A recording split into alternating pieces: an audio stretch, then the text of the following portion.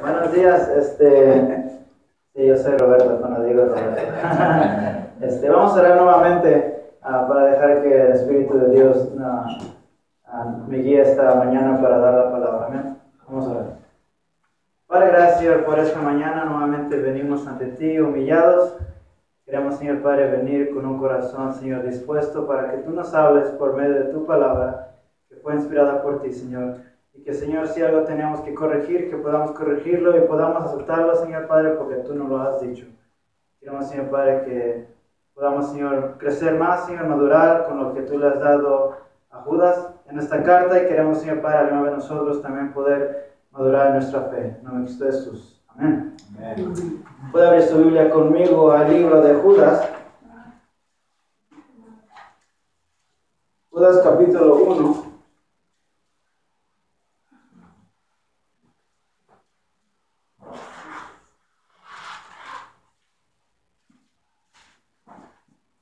Judas capítulo 1, la semana pasada. El Salmo. Leemos el Salmo, perdón, antes de empezar, vamos a leer el Salmo. Póngase de pie nuevamente, vamos a leer el Salmo. Se me pasó. Salmo, me parece que estamos en el Salmo 8.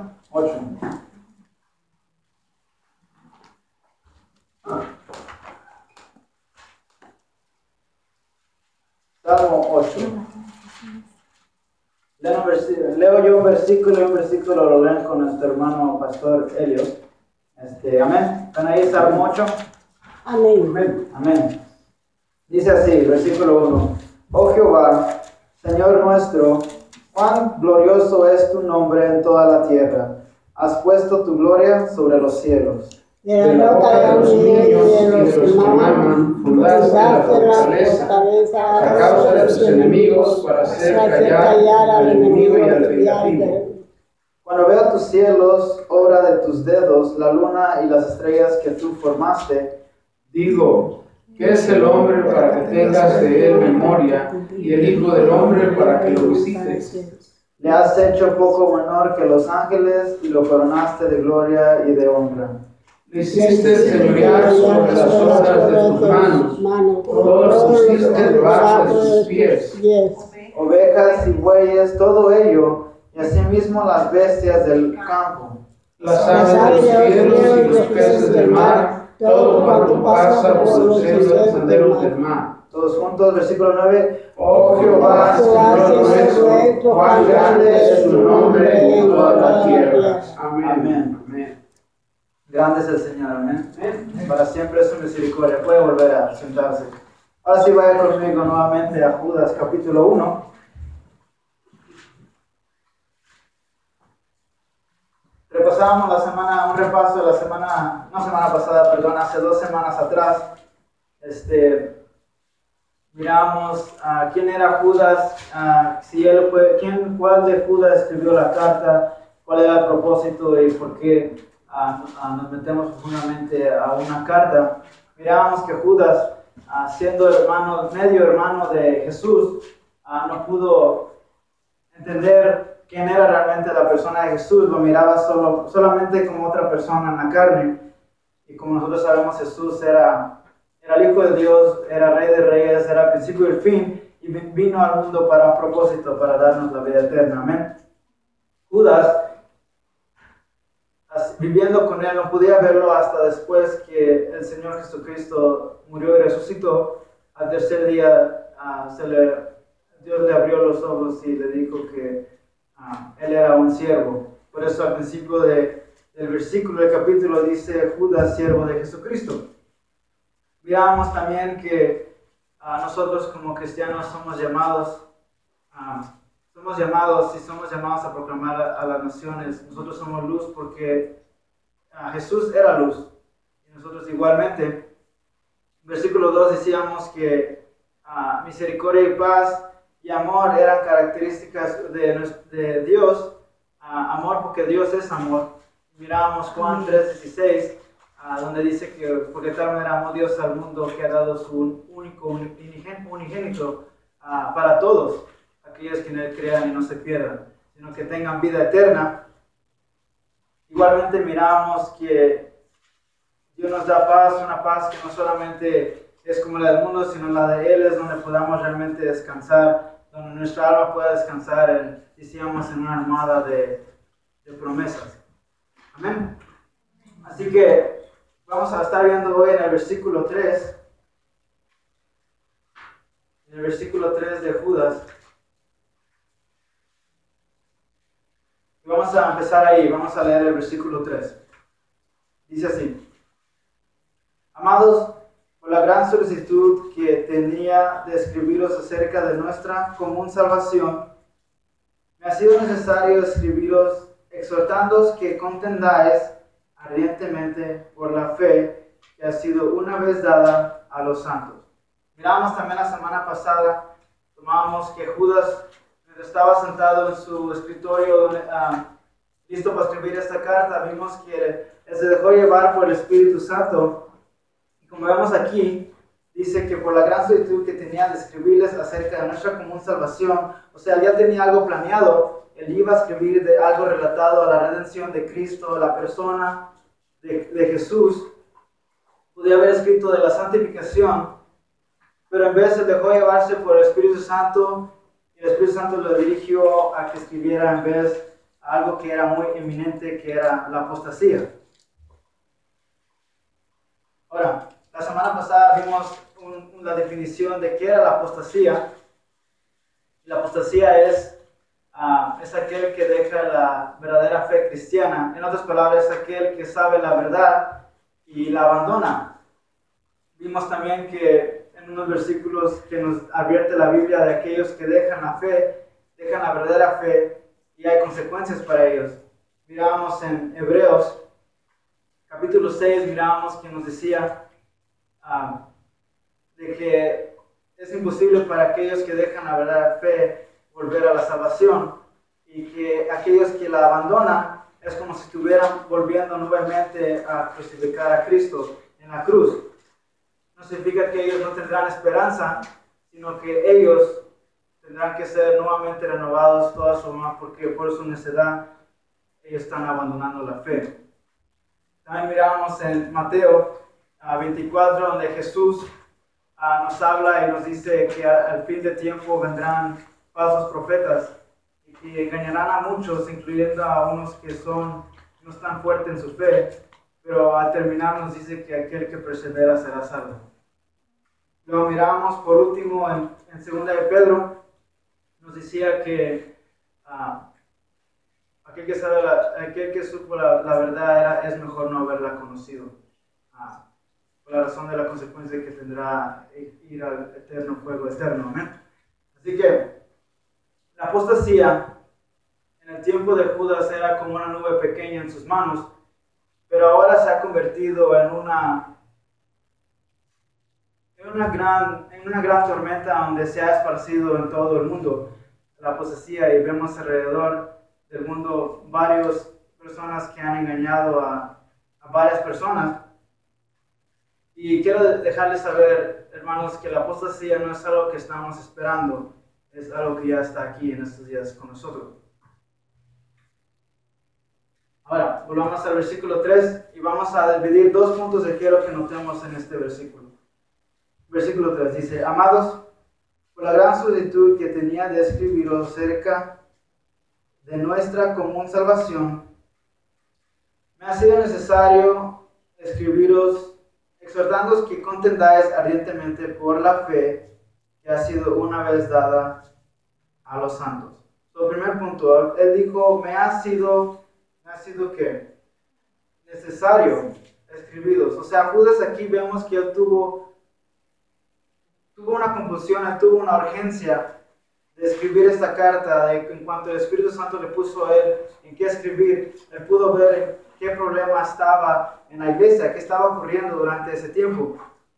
Entonces él no escribe con honestidad. Cuando nosotros tenemos honestidad, no nos ponemos a pensar dos veces, sino que luego hacemos algo al respecto.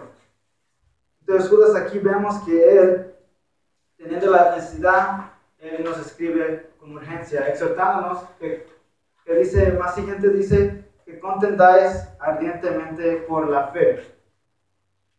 Ahora, ¿qué es contender?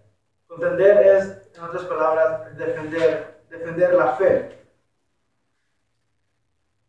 El pensamiento aquí es que nos está diciendo Judas que al contender ardientemente por la fe no significa que tenemos que ir a la persona y corregirlos y sacarle luego su error, sino que tenemos que contender la fe con amor. Tenemos que defender nuestra fe con un amor, igual como Dios nos dio compasión a nosotros, igual a ellos también. Cuando compartimos de la verdad, tenemos que tratarlos de la misma manera. Vaya conmigo a 2 de Timoteo. 2 de Timoteo capítulo 2. Vamos a leer el versículo 24.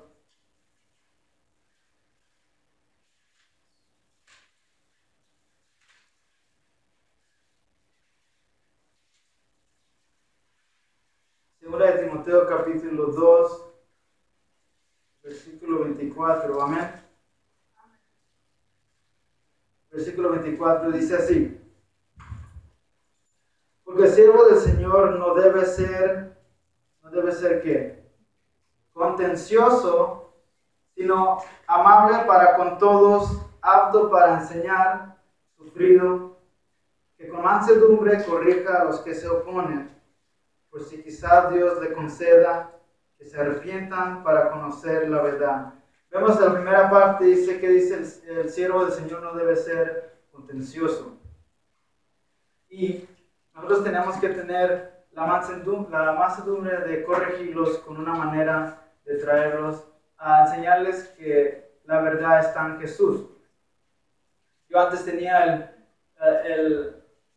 la necesidad de siempre, cuando empecé a seguir leyendo la palabra y decían que hay que ir a aquellos que necesitan alcanzar a Cristo, yo quería ir con los que tenían diferente religión e ir a decirles: el error está aquí, ustedes están mal. Pero yo lo tomaba en una forma equivocada. Yo iba porque yo quería exaltarme yo mismo y decir, pues yo soy el que estoy correcto. Pero sinceramente yo tenía que aceptar que no iba, el propósito mío no era bueno. Mi propósito era solo señalarles a ellos su error.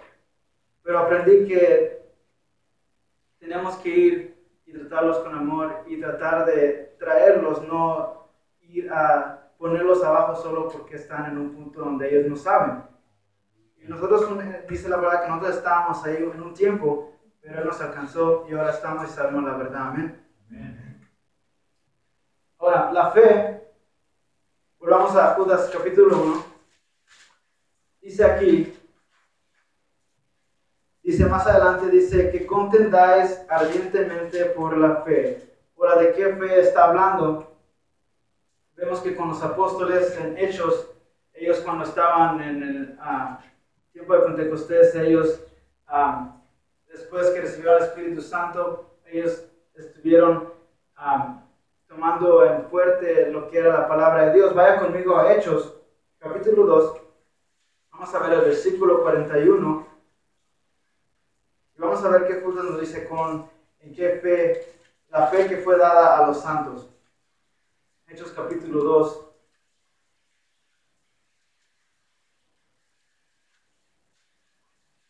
Versículo 42.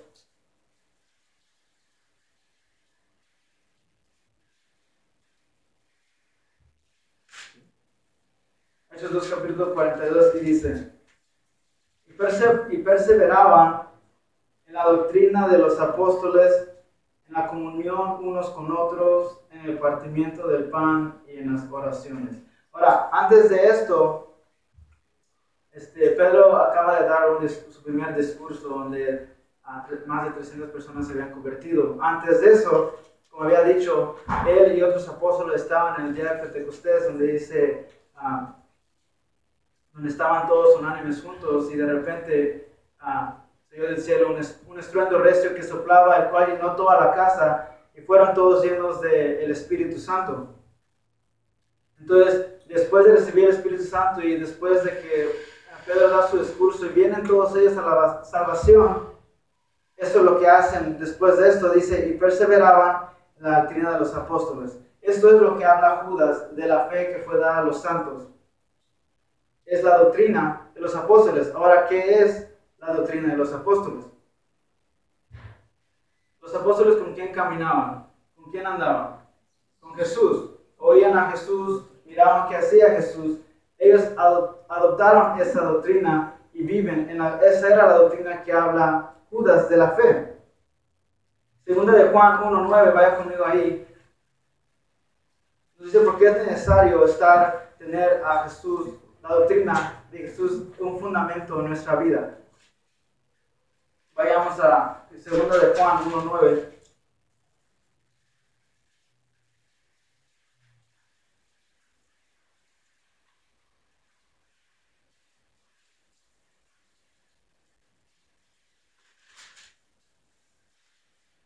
Segunda de Juan 1:9 dice así. Dice, cualquiera que se extravia y no persevera en la doctrina de Cristo no tiene a Dios. El que persevera en la doctrina de Cristo, ese sí tiene al Padre y al Hijo.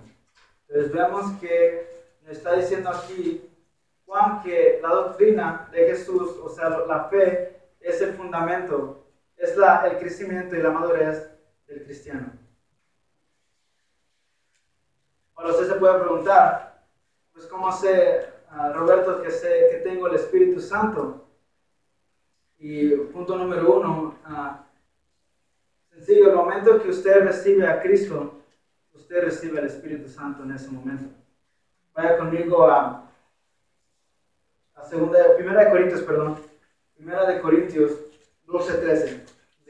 Nos dirá el por qué recibimos a Cristo, el Espíritu Santo en el momento que aceptamos a Cristo. Primera de Corintios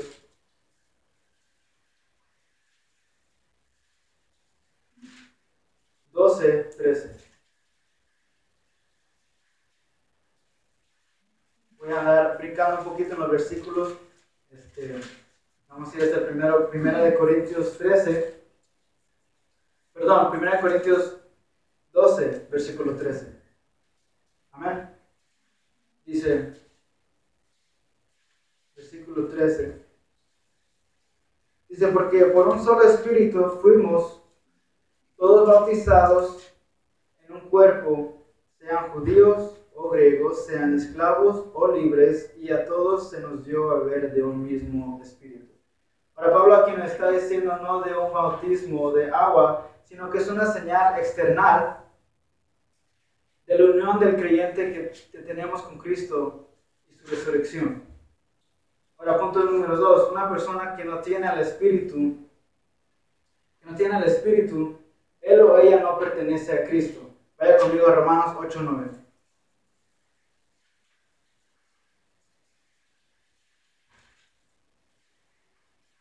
Romanos capítulo 8.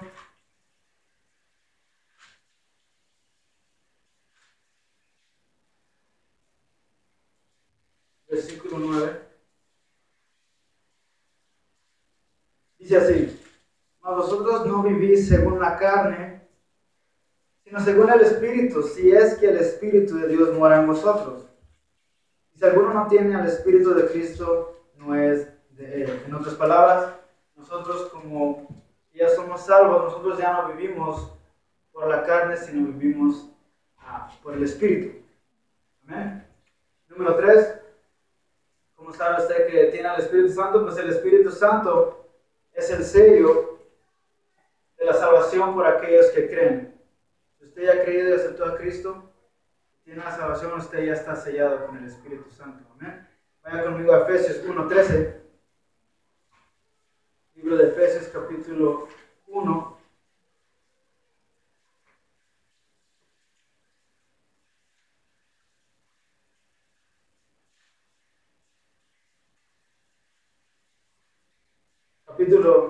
Versículo 13. Dice así, en él también vosotros, habiendo oído la palabra de verdad, el evangelio de vuestra salvación, y habiendo creído en él, fuiste sellados con el Espíritu Santo de la promesa. Versículo 14, que es las arras de nuestra herencia hasta la redención de la posesión adquirida para alabanza de su gloria. Hermano, nuevamente aquí Judas nos está diciendo que al saber que nosotros contendamos ardientemente por la fe, nos dice que ya teniendo el Espíritu Santo, nosotros nos habla que hablemos la fe con verdad, defendamos la fe con verdad y con amor sobre todo, con madurez y firmeza. Ahora, ¿cómo defender la fe? Es un tema aparte, es un tema muy grande de cómo defender la fe, pero nosotros Judas aquí nos va a enfocar en por qué contender la fe. Ahora vamos a dar unas razones, Judas, vamos a entrar al versículo 4 y nos va a dar unas razones del por qué contender la fe. Versículo 4. Porque algunos hombres han entrado encubiertamente, los que desde antes habían sido destinados para esta condenación, hombres impíos, que convierten en libertinaje la gracia de nuestro Dios y niegan a Dios, el único soberano, y a nuestro Señor Jesucristo.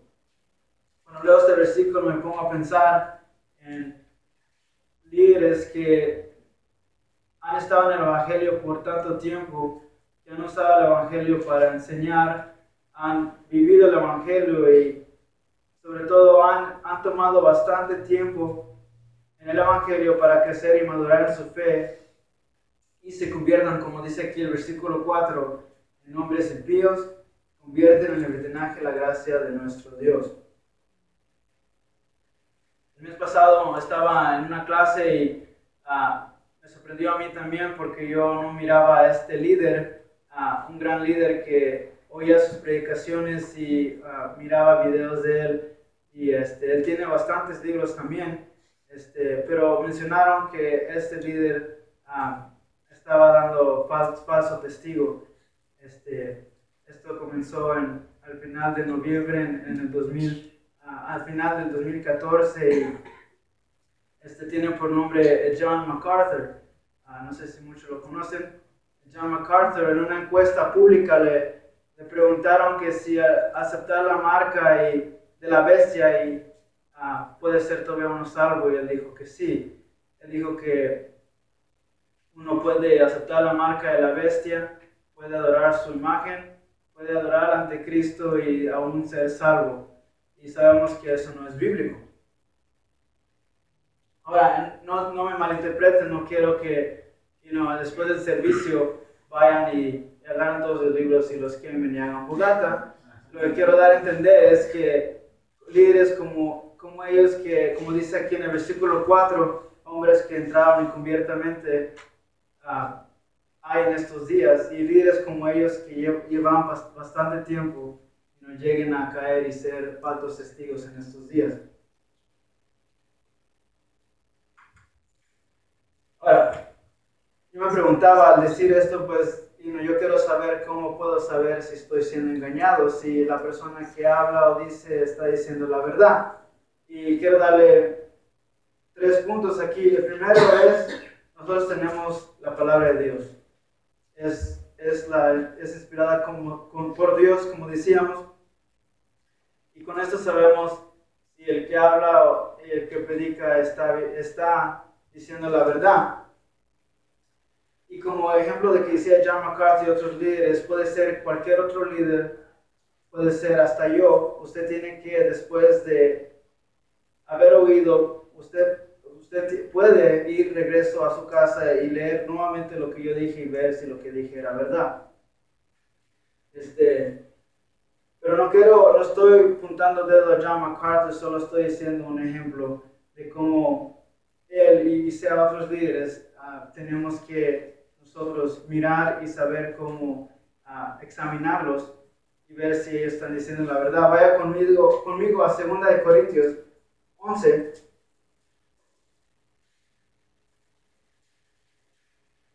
versículo 13.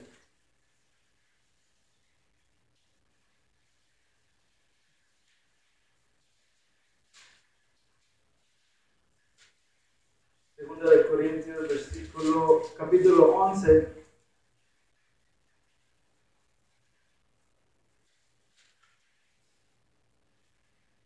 Capítulo 11, versículo 13. Vamos a ver al 15.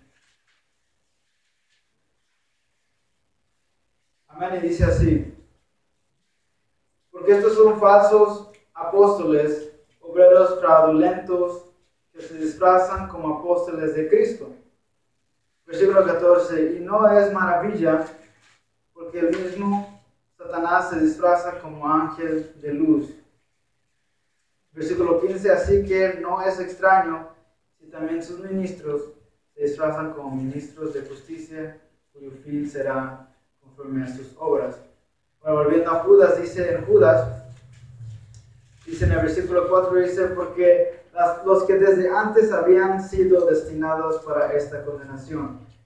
Lo que quiere decir aquí es que antes ya han advertido de este tipo de apostasía, que iban a venir falsos profetas, y Judas nuevamente está mencionando que estos ya han sido destinados, ya han sido programados antes de que él dijera esto. Y ahora un buen ejemplo de personas que escudriñaron la palabra y vieron si las cosas eran así, me recordó de la historia de Pablo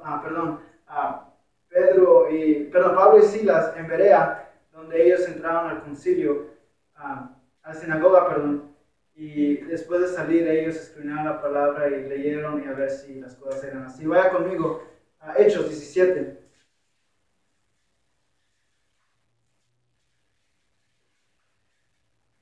Hechos capítulo 17.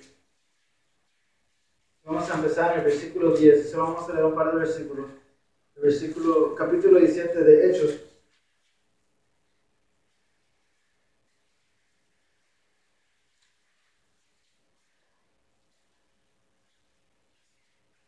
Dice así el versículo 10 del capítulo 17 de Hechos. Dice, inmediatamente los hermanos enviaron de noche a Pablo y a Silas hasta Berea, y ellos, habiendo llegado, entraron en la sinagoga de los judíos. Versículo 11, y estos eran más nobles que los que estaban en Tesalónica, pues recibieron la palabra con toda solicitud.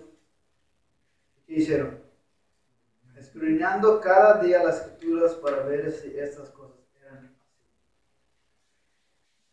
Nosotros tenemos que tomar este ejemplo. En otras palabras, cuando oigamos, agarremos lo bueno y todo lo que no es bíblico, todo lo que es malo, lo que no es bíblico, no tomarlo. Nos dice eso en 1 Tesalonicenses capítulo 5, nos dice que aceptemos lo bueno y rechacemos lo malo, y examinarlo todo.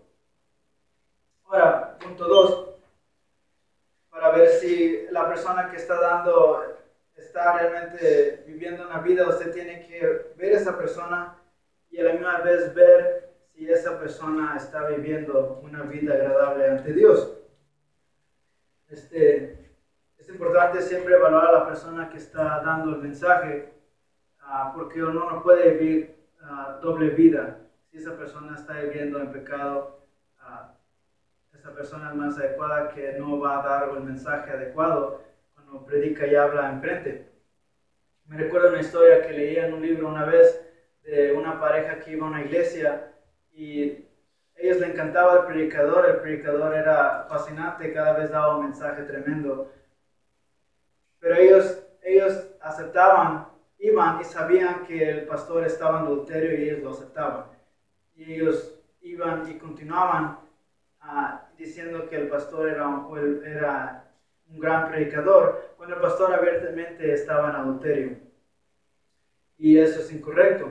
Nosotros tenemos que saber cómo averiguar si esa persona realmente está dando el mensaje, y tenemos que nosotros ser diferentes y también marcar la diferencia en esa manera.